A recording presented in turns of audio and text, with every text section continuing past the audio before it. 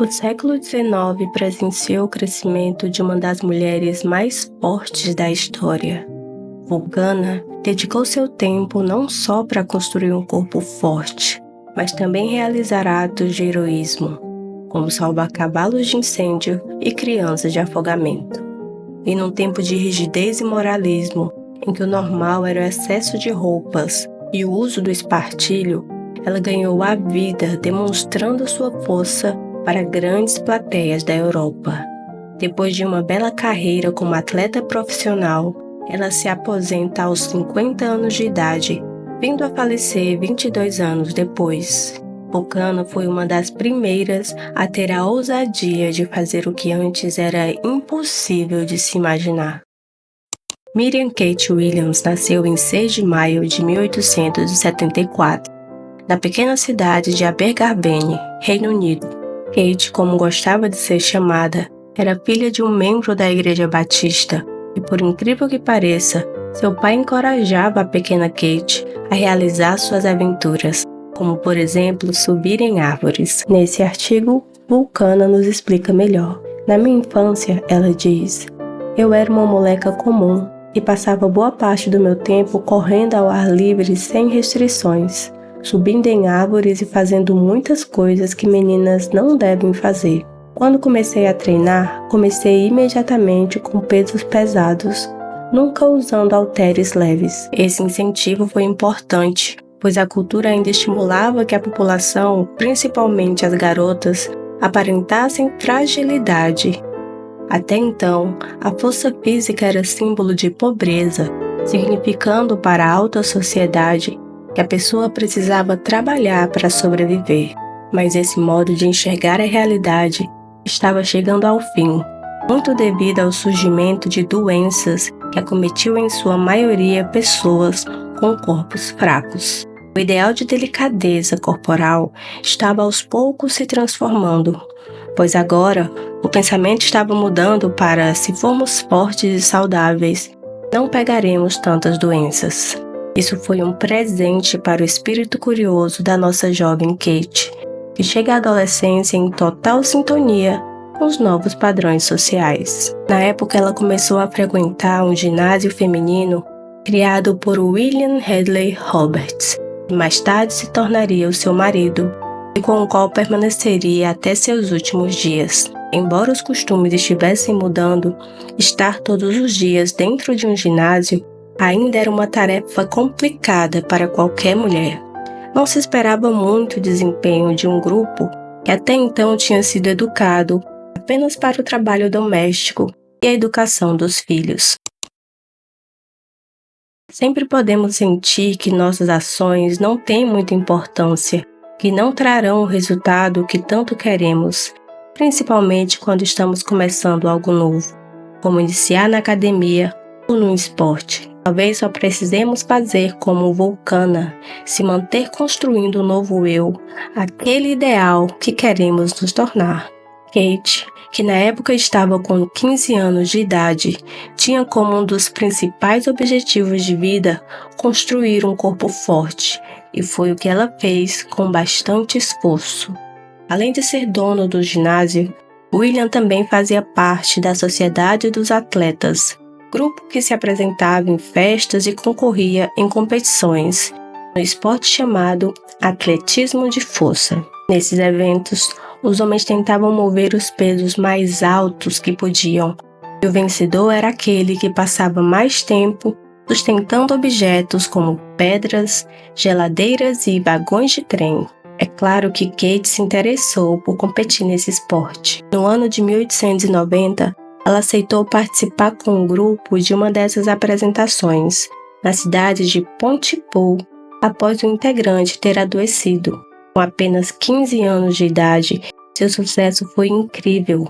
As pessoas ficaram maravilhadas com o desempenho de uma jovem tão delicada e ao mesmo tempo com tanta força física. Essa resposta do público encantou e trouxe a certeza para a jovem Kate de que o atletismo de força era um sonho possível. Aquela era a chance dela se tornar uma profissional nesse esporte. Sobre esse dia, Um artigo publicado no Carmarthen Weekly dizia o seguinte: uma artista forte decepcionou William em uma festa de gala em Pontypool e ele a convenceu a ajudá-la. Será que Kate precisou mesmo ser convencida ou o público e seus resultados foram suficientes? O que se sabe é que depois desse dia, ao perceber que o sonho de ser atleta profissional não seria aceito por sua família, Kate foge de casa para se juntar a William e sua trupe.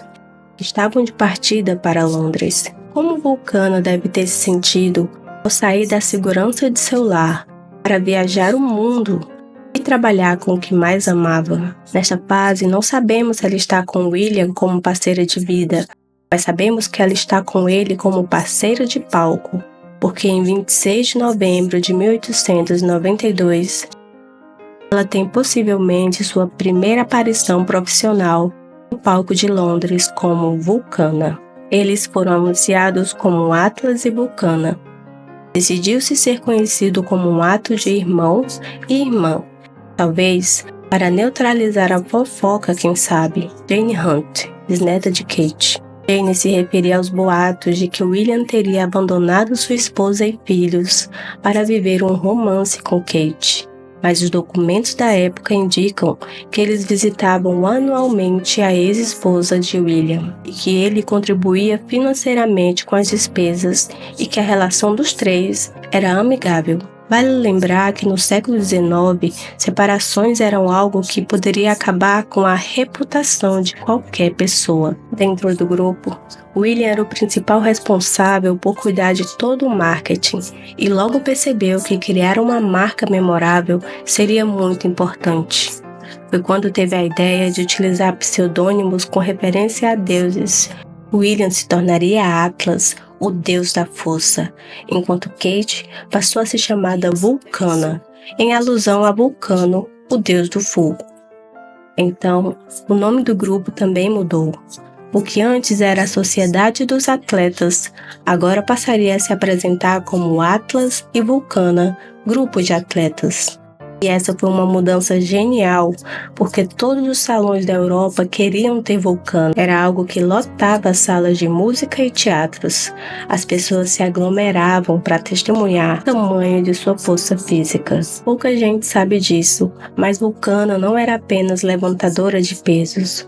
Como atleta híbrida, ela competia também em outras modalidades, chegando a conquistar centenas de medalhas por seu excelente desempenho. Vulcana também foi usada como exemplo de promoção do exercício físico para a saúde da mulher. Mas apesar de tanto sucesso, no dia a dia, Vulcana ainda era uma mulher e passava por alguns incômodos, mesmo sendo uma strong woman na Europa do século XIX. Londres naquela época era, em comparação com o país de Gales, um lugar perigoso, especialmente para as mulheres jovens. Fora dos palcos, Vulcana aparentava ser uma mulher comum, muito por conta das roupas da época, que escondiam seus músculos. Mas quando estava em uma viagem num trem exclusivo para mulheres, um homem se aproximou e começou a incomodá-la.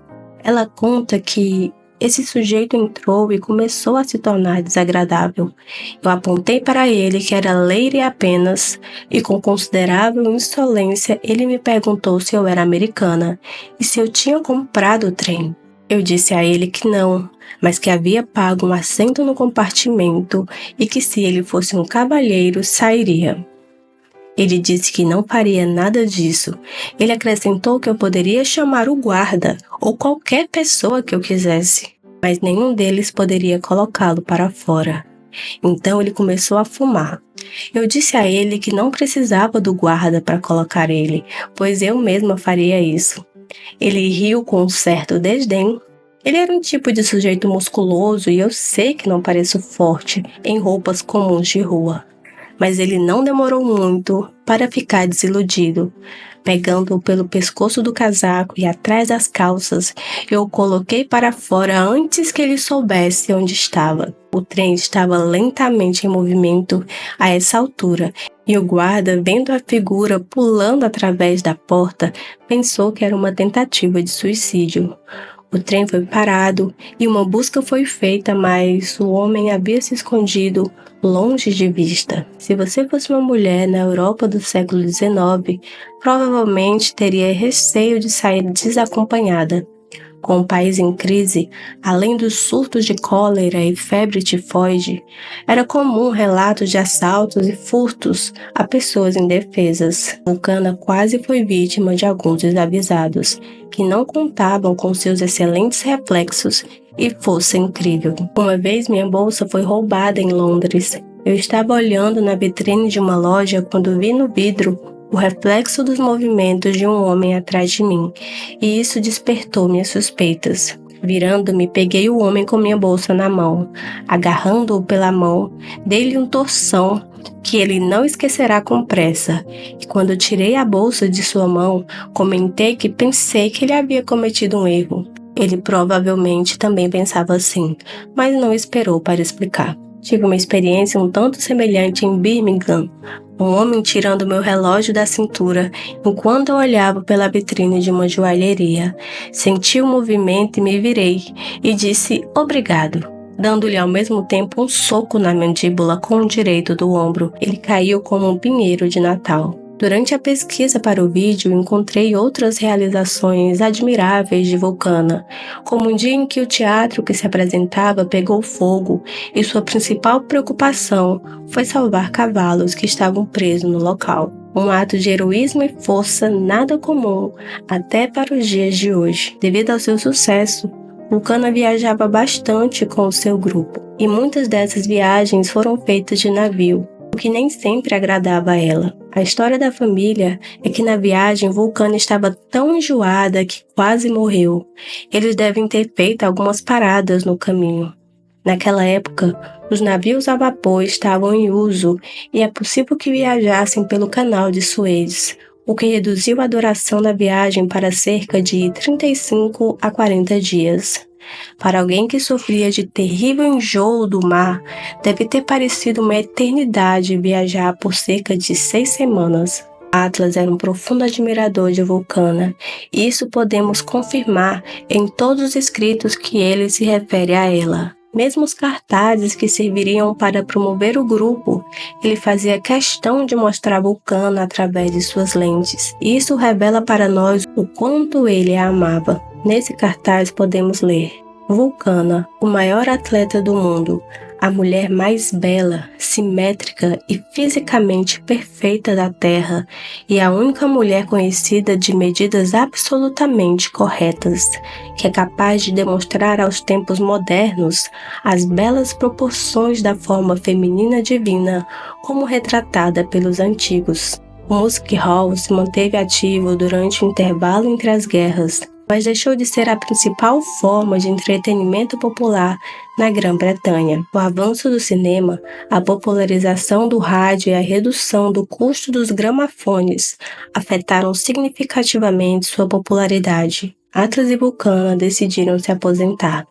Ela tinha 55 anos de idade em 1930, e embora as Atlas Girls, o grupo das suas filhas, estivessem agora com elas como artistas, era improvável que o show continuasse sem Atlas e Vulcana. Nesse período, aconteceu uma tragédia que para muitos parecia ser o fim de Vulcana. Em 1939, quando tinha 64 anos, ela foi atropelada na rua por um táxi de Londres.